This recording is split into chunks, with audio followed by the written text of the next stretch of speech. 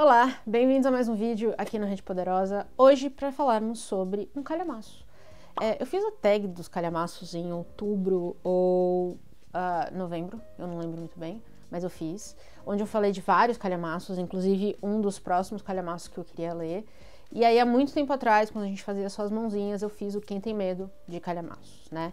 E aí na tag eu expliquei que eu converso com muita gente que está começando a ler agora ou retomando o hábito da leitura agora, e um grande medo das pessoas é pegar um livrão mesmo e para ler, porque é aquele livro que leva muito tempo, às vezes é difícil e tudo mais.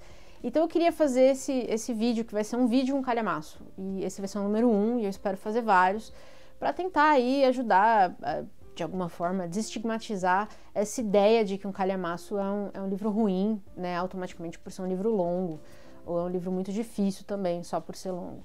E aí, o livro que eu escolhi para esse primeiro é o Cidade nas Nuvens, do Anthony Doerr. Esse aqui é o autor de Toda a Luz que Não Podemos Ver, que vai virar série, ou já virou série.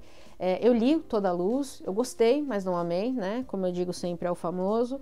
Eu nem tenho mais o livro também, mas eu fiquei muito curiosa com esse aqui, porque eu tenho visto muito boas coisas sobre ele, né? Eu não sei sobre o que é, eu não leio sinopses, assim, específicas de cada livro que eu leio. Eu aceito a recomendação, e aí eu leio um pouquinho aqui os blurbzinhos, o que estão dizendo do livro, e para mim normalmente é isso, assim, eu prefiro não saber muito da história. Então, esse vídeo eu vou entrar nos detalhes da história à medida que eu for lendo, tá? A minha ideia é que eu vou fazer um vlog de leitura, e à medida que eu for lendo, né, a cada, sei lá, X páginas, eu vou fazer uma quebra aqui, eu volto e conto para vocês como está sendo a leitura e fale um pouquinho da história. Então, se você não quer saber sobre a história do livro especificamente, pode ir lá pro final, quando eu for falar se eu gostei ou não e tudo mais. Mas se você quer me acompanhar na experiência de ler esse livro, aí o vídeo inteiro talvez seja para você. Esse livro tem 700... Deixa eu pular a nota do autor, né? Porque não precisa. 746 páginas. Então ele é parrudinho e eu vou fazer uma quebra. Acho que eu vou tentar fazer 4 ou 5 vlogs de leitura, contando para vocês como é que está sendo a experiência de ler esse livro. Né, contar um pouquinho da história, contar um pouquinho do roteirinho, dos personagens, tudo como é, e pra gente saber se vale a pena de verdade ler esse calhamaço ou não, né? Eu tô animada para ler, eu tô muito empolgada, deixa eu contar um pouquinho aqui atrás o que aparece sobre ele. Um trabalho impressionante e uma leitura prazerosa. Romances sérios raramente são tão divertidos. Em um mundo no qual natureza e história são mais preciosas do que nunca, este livro é um aprendizado, um conforto e uma inspiração, diz o The Times. Eu gostei da ideia de que ele é um romance sério, mas também é divertido, porque eu tenho falado, né, que eu quero ler mais histórias divertidas. Eu acho que pro final do ano é super, né, super apropriado. O BuzzFeed diz que é um romance de ambição e dimensões épicas. Não que a gente vai escutar muito o BuzzFeed, mas tá aí. E o The Washington Post diz: se você estava em busca de um livro magnífico, não precisa mais procurar. Os blurbs foram bem escolhidos, né? Eu gostei desses todos aqui. E tem o último do The Guardian, que eu acho que foi o que eu li na tag que eu fiz, que é um épico sobre o amor, a guerra e o prazer da leitura. Então é um livro sobre livros também, que eu amo. É uma categoria para mim por si só. Eu tenho uma parte da minha estante só dedicada a livros sobre livros, porque para mim é uma das coisas mais gostosas de ler. Então é isso. Esse é o livro que a gente vai ler nesse vídeo. Sigam aqui comigo, né? A gente vai ler durante um tempo. Deixa eu falar quando pra gente ver quanto tempo eu demoro para ler o livro, né? Hoje é 20 de outubro. Eu não consigo mostrar a data para vocês. 20 de outubro, se você dá para ver aqui em cima. Então vamos ver quanto tempo eu demoro para ler cada parte desse livro, quanto tempo eu demoro para ler ele inteiro, pra gente ver aí quanto de investimento eu tive que colocar nesse livro. Também que eu acho que essa é uma questão que muita gente que tá voltando a ler, ou enfim, quer ler mais, fica pensando, né, o tempo que se dedica a um livro. Então vamos descobrir na prática quanto tempo esse livro me levou para ler. Então 20 de outubro é quando eu estou começando esse vídeo para vocês. Então me aguardem, porque eu volto aí logo menos para contar como é que tá indo a leitura. Então, gente, quando eu escolhi Cidade das Nuvens, o que eu pensei? Eu vou demorar aí umas semanas para ler, né, porque tem as suas 700 e tantas páginas. E aí, à medida que eu parar de ler, onde eu parar de ler, eu faço um vlogzinho de leitura contando a história até aquele ponto e falando o que eu achei, né? Essa era a minha ideia, e aí vira um vídeo com vários vlogzinhos pequenos de leitura e no final eu conto o que eu achei do livro. Só que eu terminei esse livro em 3 dias. E com isso, eu mesma matei a ideia que eu tinha do vídeo. Então você pode aceitar, você pode ver isso com bons olhos, né? Um livro bom que você lê em 3 dias. Mas aí eu ainda quero fazer ele em partes, eu quero ainda colocar partes nesse vídeo. Então, é isso que eu vou fazer, tá? Eu fui anotando à medida que eu fui lendo, e à medida que eu fui parando, né? Quando eu parei de ler, eu anotei o que eu achei da história até ali, eu conto um pouco da história e tudo mais. Então é isso que eu vou fazer. Então, a estrutura do vídeo vai mudar um pouquinho só, mas eu vou deixar anotado até que página eu vou falar, e eu vou falar também as páginas, caso você queira ler até tal página e aí acompanhar o vídeo dessa forma, enfim, o que vocês acharem melhor fazer. Mas a gente vai falar especificamente de Cidade das Nuvens hoje. Esse é um vídeo dedicado a este calhamaço. Então eu vou olhar aqui para baixo porque eu tenho as minhas anotações, muitas, e vamos lá. Parte 1, eu li até o dia 9 de novembro, eu vou falar as datas para vocês verem o tempo que eu li o livro. 9 de novembro até a página 103, tá? Então, primeiro que é um livro dedicado a bibliotecários. Então, eu já tinha falado, né, na introdução que é um livro sobre livros, então são coisas que tocam o meu coraçãozinho gelado. E a gente começa já numa câmera, né, meio com uma inteligência artificial em Argos, no ano de 65, né? E aí você começa a imaginar, eu pensei, bom, ficção científica, né? Então, estamos numa câmera, não sabemos onde. E ali a gente vai ter a jovem Constance, ela tem 14 anos, e ela tá dentro dessa câmera há quase um ano, convivendo só com a Sybil, que é a inteligência artificial, que controla tudo. É isso que a gente tem sobre a Constance. Aí a gente volta para 2020, para a Biblioteca Pública de Lakeport, e aí a gente vai acompanhar Zeno, que é um senhor octogenário, que ele está ali com um grupo de alunos da 5ª série, que eles estão ensaiando uma peça baseada no livro Cuconuvolândia, de Antônio Diógenes, que foi traduzido pelo Zeno, né? Então o Zeno, muitos anos atrás, publicou essa tradução e os alunos gostaram do livro e eles vão encenar essa peça. A um quarteirão da biblioteca, nós temos o Seymour, de 18 anos, e na mochila dele ele carrega 2 bombas caseiras que ele pretende colocar dentro da biblioteca e explodir. Pois bem, quando ele entra na biblioteca para deixar a mochila, né, colocada onde ele quer, o guarda, né, o vigia, ele vê o Seymour saindo e ele acha que ele esqueceu a mochila. Então ele pega a mochila e vai levar para o menino. E aí o Seymour saca uma arma. Pausou. Daqui a gente volta para Constantinopla em 1439 e a gente vai conhecer a órfã Ana, que só tem uma irmã mais velha no mundo, a Maria. São só as duas, elas não têm mais ninguém. Ambas trabalham no ateliê de bordado de um homem chamado Calafates. A Maria, na verdade, borda, né? A Ana não tem esse talento, ela mais ajuda a pegar linha, achar agulha, essas coisas. Tem uma frase muito boa nessa parte que diz: quando completar 14 anos, todas as pessoas que ela conhece estarão escravizadas ou mortas. Mais ou menos é o que acontecia em Constantinopla, principalmente se você era ninguém, né? O que a nossa personagem é. A Ana não tem um dom para bordar, mas ela tem uma imaginação muito ativa, ela é muito curiosa sobre o mundo, e isso vai ser muito importante para ela no futuro. Aos 8 anos, quando ela sai para buscar vinho, ela ouve os meninos recitando uma história. E aí ela percebe que ela está na frente de uma escola. Na saída da escola, ela se aproxima do professor e pede que ele ensine alguma coisa para ela em troca de um pouco de vinho. E assim ela começa a aprender algumas coisas, ela começa a aprender a ler. Para uma órfã, isso era algo completamente fora da curva.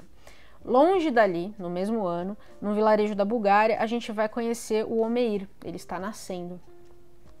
Ele nasce na mesma noite que o pai morre. E aí ele nasce com uma fenda labial.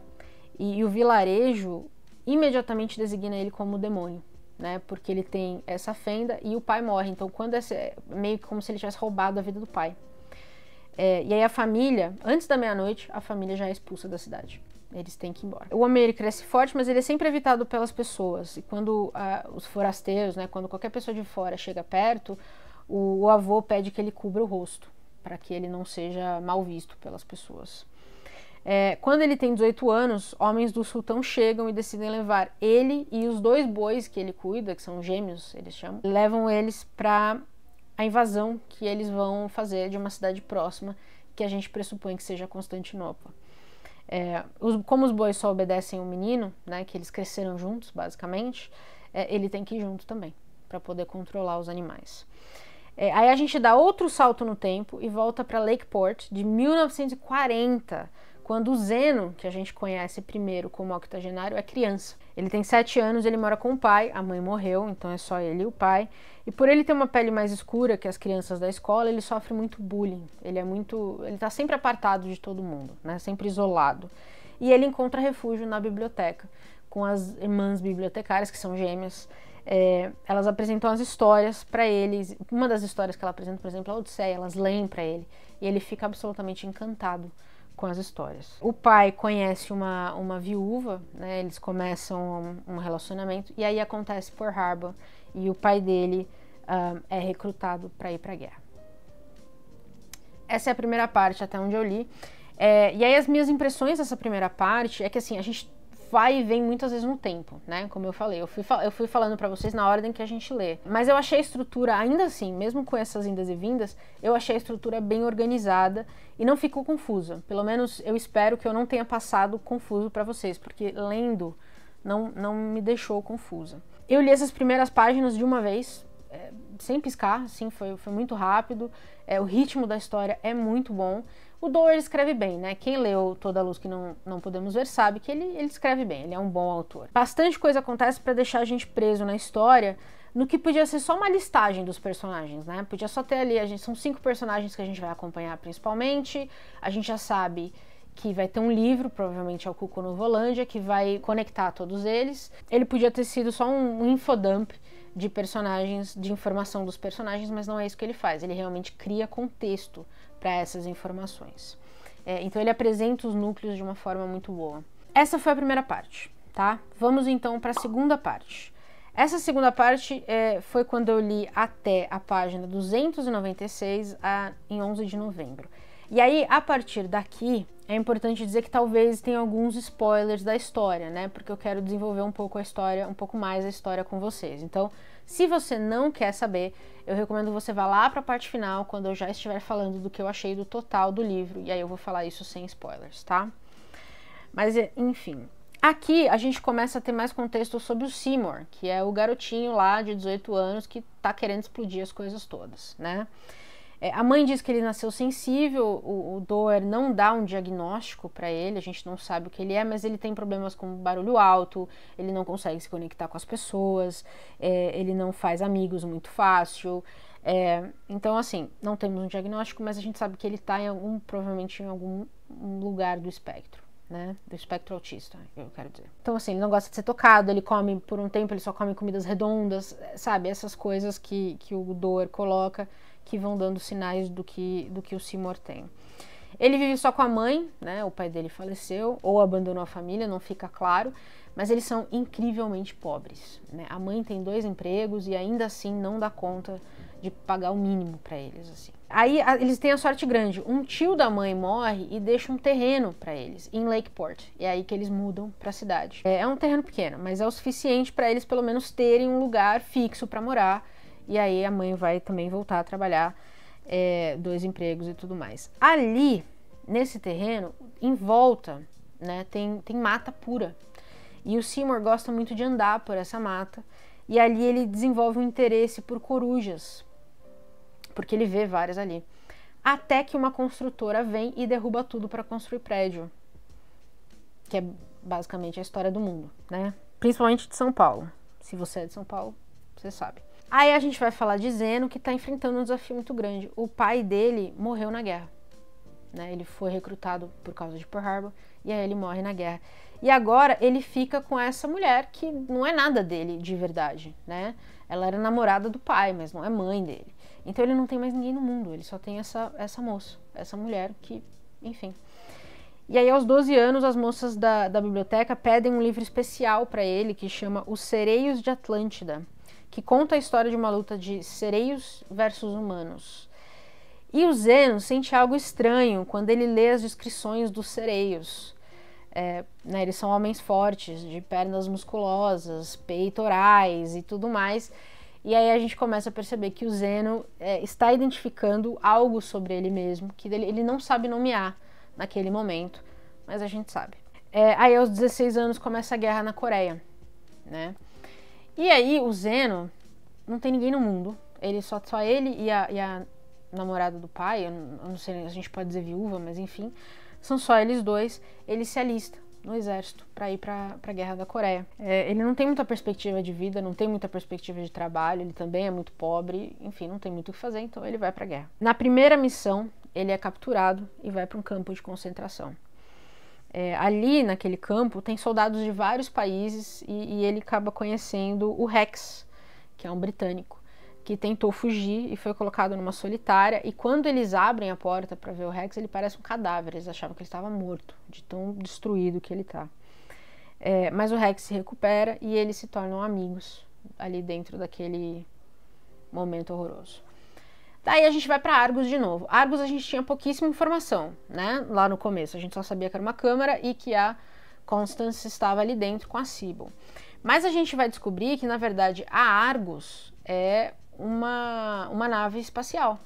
E ela não mora ou não morava sozinha, né? A Argos estava levando os últimos humanos da Terra para um novo planeta, porque a Terra se tornou inabitável. Então a gente percebe aqui, a gente tem o passado em Constantinopla, a gente tem o presente, né, em Lakeport, com o Seymour e o Zeno, e a gente tem o futuro com a Constance, quando o mundo já foi pra merda. Inclusive lá fora não dá pra ver nada, porque o Sol está a 40 graus.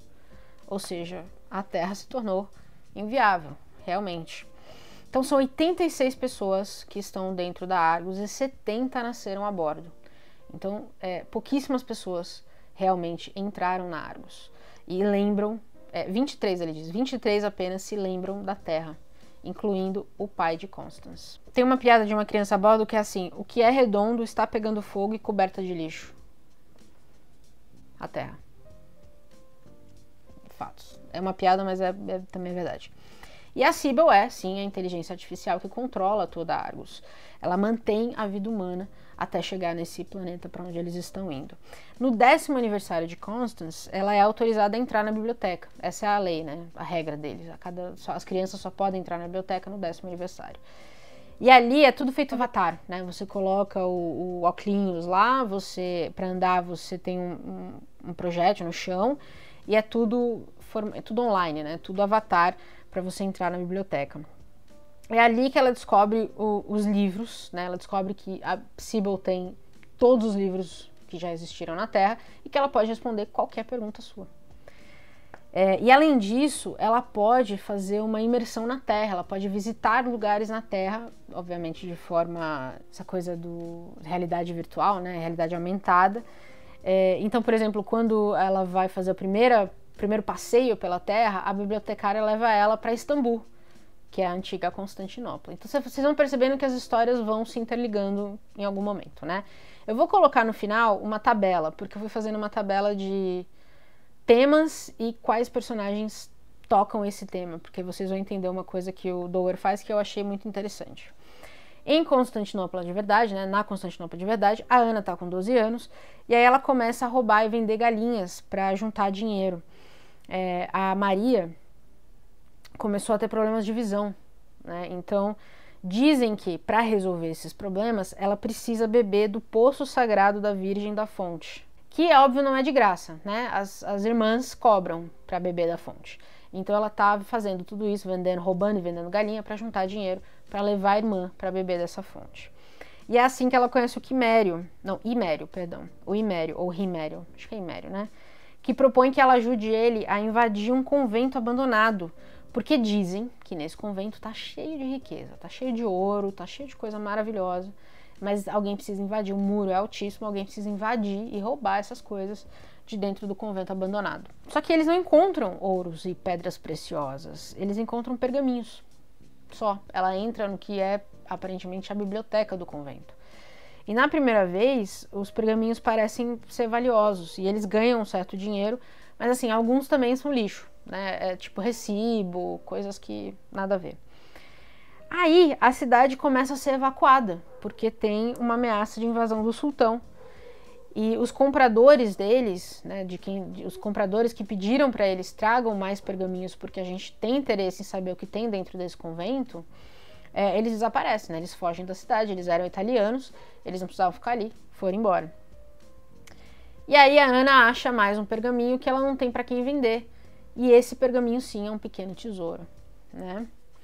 Não muito longe dali, né, chegando próximo de Constantinopla, se aproxima o exército do sultão, do qual Omeir é parte. Ali ele vai testemunhar a criação do primeiro canhão de guerra, pesava 20 toneladas e fazia um estrago considerável. A carroça dele é uma das responsáveis por levar o canhão até as portas de Constantinopla. Tudo isso é fato real, tá? O que é muito curioso, então, aqui a gente começa a ver que o Doer, ele criou partes da história, são ficção científica, com a Constance, partes da história é um romance histórico, né, sobre a invasão, a queda de Constantinopla. E essa é a parte 2. Minhas impressões sobre a parte 2. Aqui eu estava lendo no ritmo frenético. Foi quando eu peguei o ritmo e eu não conseguia largar o livro, de verdade. À medida que as histórias foram se entrelaçando, e aí tudo foi ganhando sentido, né? O contorno, você começa a ver certinho como as histórias vão se tocar. Você vê o paralelo, né? Presente, passado, futuro. Foi ficando maravilhoso, sim, de verdade. E aí eu coloquei, o autor tem um bom controle dessa questão do tempo ainda. Ainda estamos muito bem, a história não ficou confusa. De novo, eu li aqui as quase 200 páginas, da primeira parte para a segunda, num piscar de olhos. Assim, num sábado que eu não consegui fazer mais nada que não fosse ler. Que é sempre um bom sentimento, eu gosto bastante. E aí vamos para a parte 3. Foi 12 de novembro, o dia seguinte, eu li até a página 469. Então vamos falar aqui do resumo dessa parte. O Zeno segue no campo de concentração, né? Ele descobre que o Rex era professor de antiguidade clássica, e aí ele ensina algumas palavras em grego pro Zeno. Mas a questão é que o Rex está determinado a fugir. Ele está bolando planos e planos e planos mirabolantes para fugir do campo de concentração, e ele pede que o Zeno vá junto com ele, né? Mas na última hora, quando um plano é elaborado e é um plano factível, talvez, o Zeno desiste, e aí o Rex foge sozinho. Poucas semanas depois, a guerra acaba, e aí o Zeno é libertado. Então, quando ele volta para casa, ele fica desesperado, tentando saber se o Rex conseguiu mesmo fugir, ou se ele foi pego, ou o que aconteceu, se ele foi morto. Ele passa, assim, anos tentando achar o Rex, para saber o que aconteceu com ele. A gente volta pro Seymour aos 11 anos, quando ele tá voltando da biblioteca, e ele encontra uma asa de coruja cortada. Provavelmente de uma coruja que foi atropelada. Então lembra que ele desenvolveu um relacionamento com corujas, um interesse tácito por corujas. Ele tinha feito amizade com uma coruja.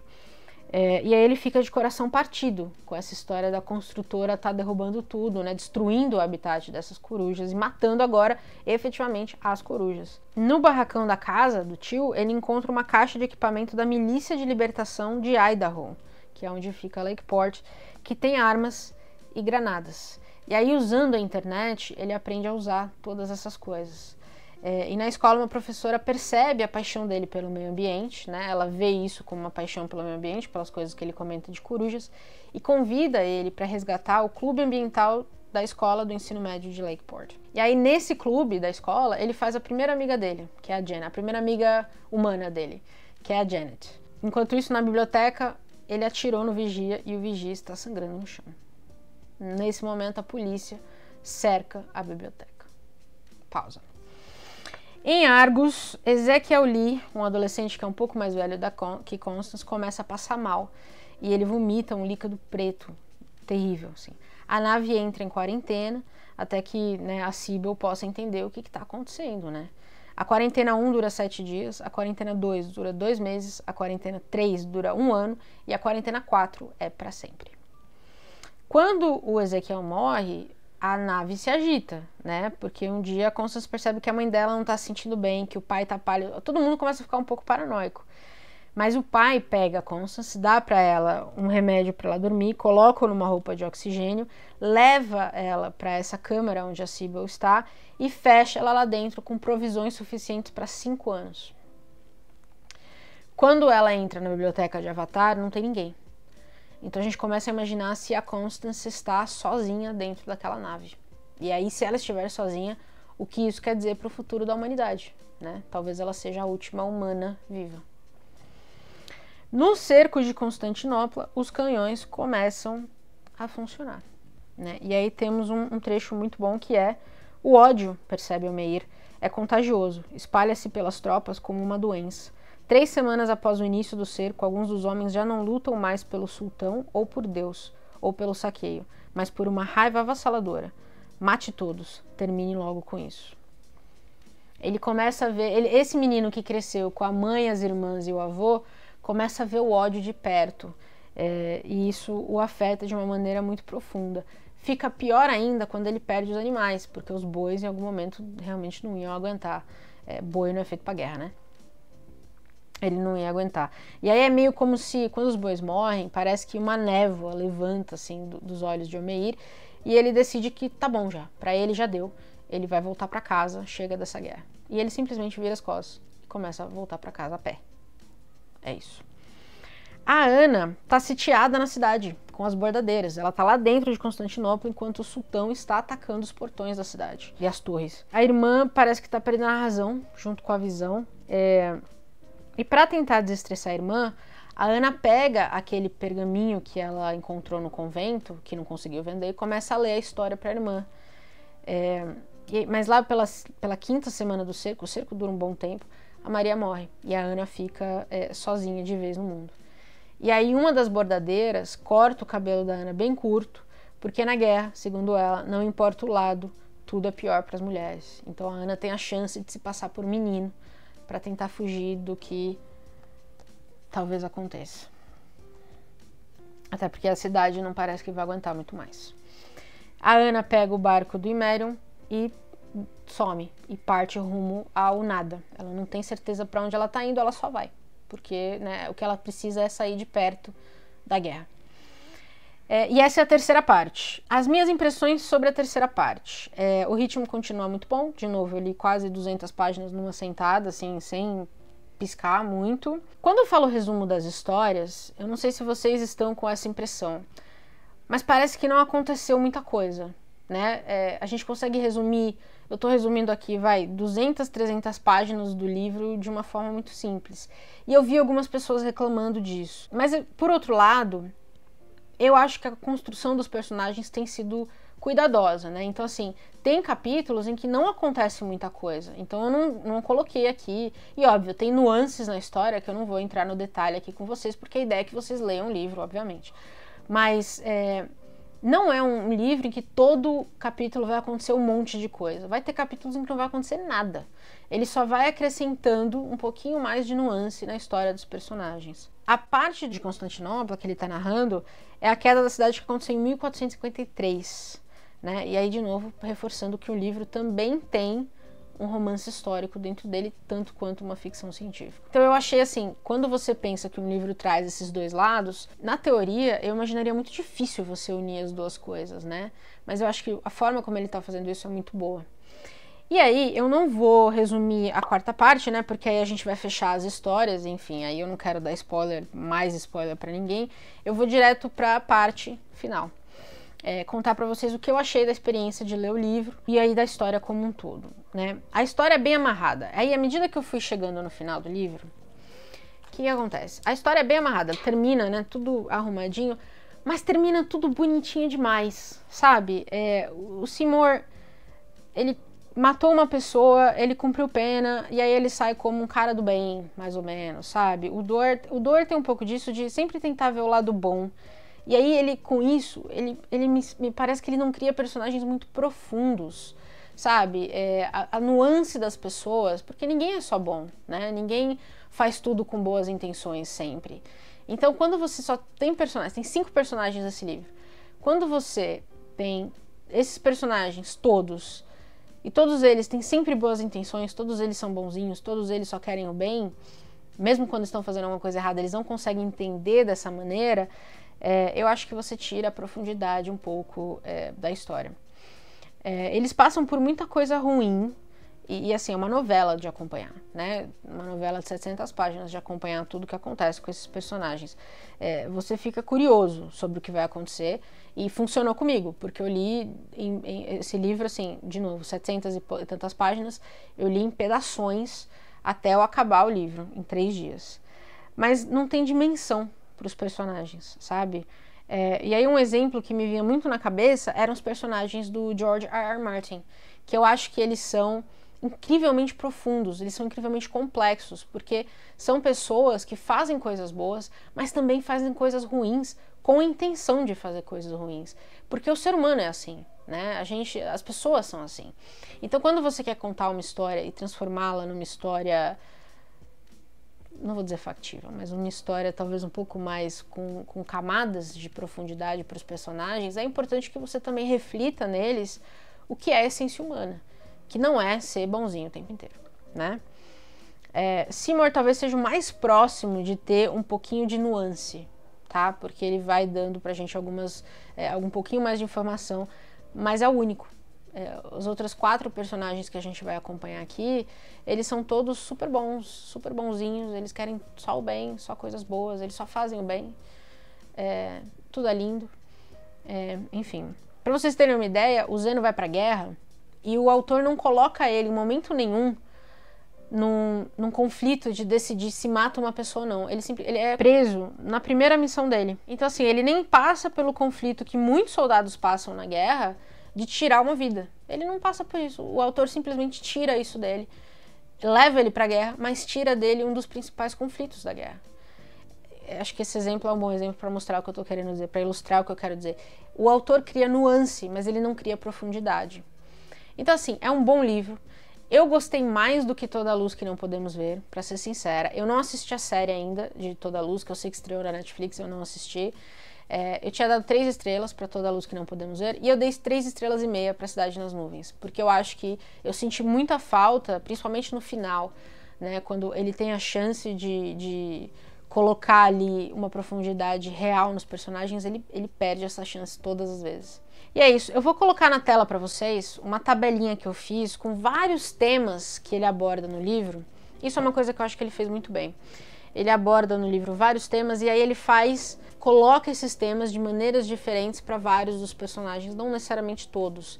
Então, assim, tem vários temas que, por exemplo, ser órfão, né? A gente tem o Omeir, que é órfão de pai, a gente tem a Ana, que é órfã de pai e mãe, a gente tem o Seymour, que é órfão de pai, a gente tem o Zeno, que é órfão de mãe. Então, assim, os personagens têm muito em comum e passam por questões e situações muito, muito similares. E eu acho que isso é uma forma muito boa de você interligar o tempo do livro, né? De você colocar uma linha do tempo tão grande de presente, passado e futuro, e ainda assim conseguir conectar os personagens. Isso é uma coisa muito boa que ele faz, e ele faz isso muito bem. Mas tirando isso, essas críticas que eu tenho realmente me fizeram gostar menos dessa última parte do livro, que pra mim ficou faltando alguma coisa ali. Eu queria conflitos internos, e não tinha. Então é isso, essa foi minha experiência lendo Cidade nas Nuvens. Minha ideia não era, como eu falei, fazer um vídeo sentada aqui de uma vez só falando do livro, mas realmente pro benefício do Dor, a crédito do Dor, eu li o livro muito rápido mesmo. Então, se você quer um calhamação para você ler assim, numa tardezinha, numa sentadinha, não numa tarde, não vou dizer numa tarde, são 700 páginas, mas para alguns diazinhos, para você ler rápido, tranquilamente. É um livro que você não vai se engabelar muito com os personagens. Eu acho que esse aqui é uma boa pedida. Como eu disse, gostei mais do que Toda a Luz. E vou acompanhar o que o autor mais publicar. Eu acho que ele é um autor que escreve muito bem e ele tem mostrado, assim, ele tem, pra mim, pelo menos, ele tem melhorado. Cada livro que eu leio dele tem sido melhor que o anterior, então isso é positivo. E é isso. Essa foi a minha experiência lendo um calhamaço. Esse é um formato novo que eu queria trazer, um livro, um vídeo, um calhamaço. Se vocês gostarem, me digam. Me falem se vocês já leram algum livro do Dor, se tem interesse em ler Cidade nas Nuvens. E a gente se vê no próximo vídeo. Tchau!